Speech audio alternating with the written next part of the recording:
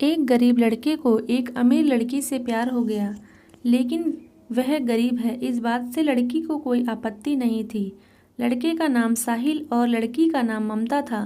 दोनों साथ में ही पढ़ते लिखते और कहीं भी जाना हो तो साथ में ही जाते थे। साहिल ने अपने घर में ममता के बारे में सब कुछ बताया था। साहिल नहीं चाहता था कि वह अपने घर वालों से कोई भी बात छुपाए, लेकिन ममता ने अभी अपने घर पर नहीं बताया था। वह जानती थी कि जब मैं साहिल के बारे में मम्मी पापा को बताऊंगी तो वह मना कर देंगे, लेकिन दूसरी तरफ वह साहिल को खोने से डरती थी। वह दोनों एक दूसरे से बहुत प्यार करते थे, लेकिन साहिल ने ममता से कहा कि ममता, मैं तुमसे बहुत प्यार करता हूँ, तुमसे ही शादी करना चाहता हूँ। मेरे घर वाले हम दोनों के लिए तैयार हैं, क्यों ना आज तुम शाम को अपने घर में हम दोनों के लिए बात करो।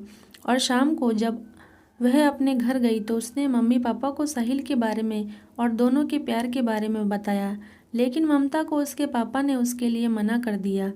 बेटा पर मैंने तुम्हारे लिए बहुत बड़े घर में एक संस्कारी लड़के से तुम्हारा रिश्ता किया है। तुम्हारी शादी होगी तो उसी से होगी। लेकिन ममता ने अपने पापा को बहुत मनाने की कोशिश की।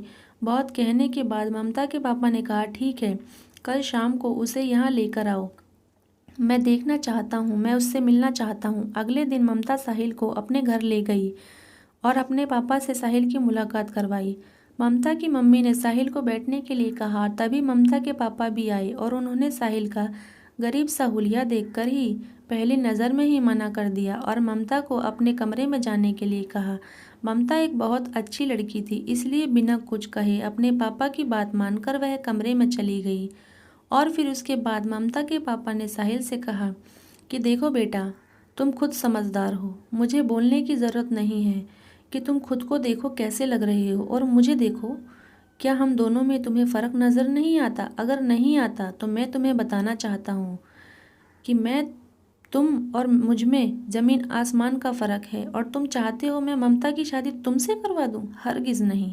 आज के बाद ममता से मिलने की कभी कोशिश मत करना और हो सके तो उससे कभी फ़ोन पर बात मत करना। अगर बस अब तुम यहाँ से जा सकते हो। फिर ममता के पापा अपने कमरे में चले गए। ममता भी बहुत इंतज़ार के बाद कमरे से बाहर आई और अपनी मम्मी के पास आई और उनसे पूछा कि मम्मी क्या बात हुई। तो ममता की मम्मी ने ममता को बताया कि बेटा, तुम्हारे पापा ने साहिल की बहुत बेइज्जती की, उसकी गरीबी का मजाक उड़ाया और उसे घर से भी भेज दिया और उसे यह भी कहा कि ममता से दोबारा मिलने की ज़रूरत नहीं है, ना उससे बात करने की ज़रूरत है। ममता यह बात सुनकर जिद पर अड़ गई और कहने लगी मैं शादी करूंगी तो सिर्फ साहिल से ही करूंगी, चाहे कुछ भी हो जाए। और ममता की यह सारी बात छुपकर ममता के पापा सुन रहे थे और फिर वह सोचने लगी, आखिर ऐसा क्या करूं जो ममता उससे कभी न मिले। ममता के पापा ने हार्ट अटैक आने का नाटक किया और किराए का डॉक्टर बुलवाकर ममता से झूठ बुलवाया, इन्हें हार्ट अटैक आया है और इन्हें कोई दुख मत पहुंचने देना और ऐसी कोई बात मत करना जिससे इन्हें तकलीफ हो। ममता समझ गई थी और उसने कुछ नहीं बोला। अपने पापा की ऐसी हालत देखकर वह अपने लिए लड़ नहीं पाई और मजबूर होकर अपने पापा की बात मान ली और अपने पापा की पसंद के लड़के से शादी कर ली। और वहाँ साहिल जाकर बहुत गहरी सोच में पड़ गया और बहुत सोचने समझने के बाद अच्छे से समझ गया था कि वह गरीब है, इसलिए उसके हाथों से सब कुछ चला गया और वह कुछ भी नहीं कर पाया। फिर उसने अपनी लाइफ में बहुत मेहनत की, मेहनत करता रहा और आखिर में जाकर वह खुद का बिजनेस खोलकर एक कंपनी का मालिक बन गया। 5 साल बाद उससे मिलने के लिए कहा। ममता उसकी बताई हुई जगह पर पहुंच गई, लेकिन ममता अब शादीशुदा थी। ममता को देखकर साहिल की आंखों में आंसू बहने लगे और वह बहुत रो रहा था, लेकिन वह ममता के प्यार में बहुत पागल था। बेकार में ही वह ममता से कहने लगा कि ममता, मैं तुमसे बहुत प्यार करता हूँ और तुम भी मुझसे बहुत प्यार करती हो। चलो कहीं दूर भाग चलते हैं, बहुत दूर, जहाँ कोई ना आ सके। लेकिन ममता अब शादीशुदा हो चुकी थी।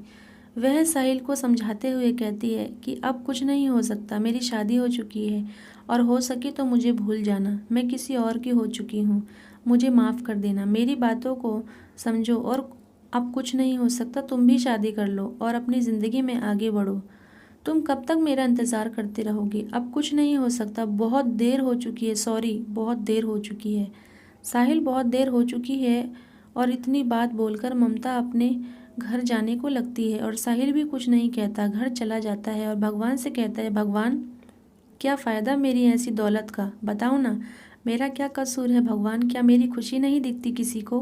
कुछ दिनों बाद बहुत सोचने समझने के बाद एक लड़की से शादी कर लेता है। उन पलों से बाहर निकलने की कोशिश करता है। आपको कहानी कैसी लगी हमें कमेंट करके ज़रूर बताएं और अगर अच्छी लगी हो तो वीडियो को लाइक, चैनल को सब्सक्राइब ज़रूर करें।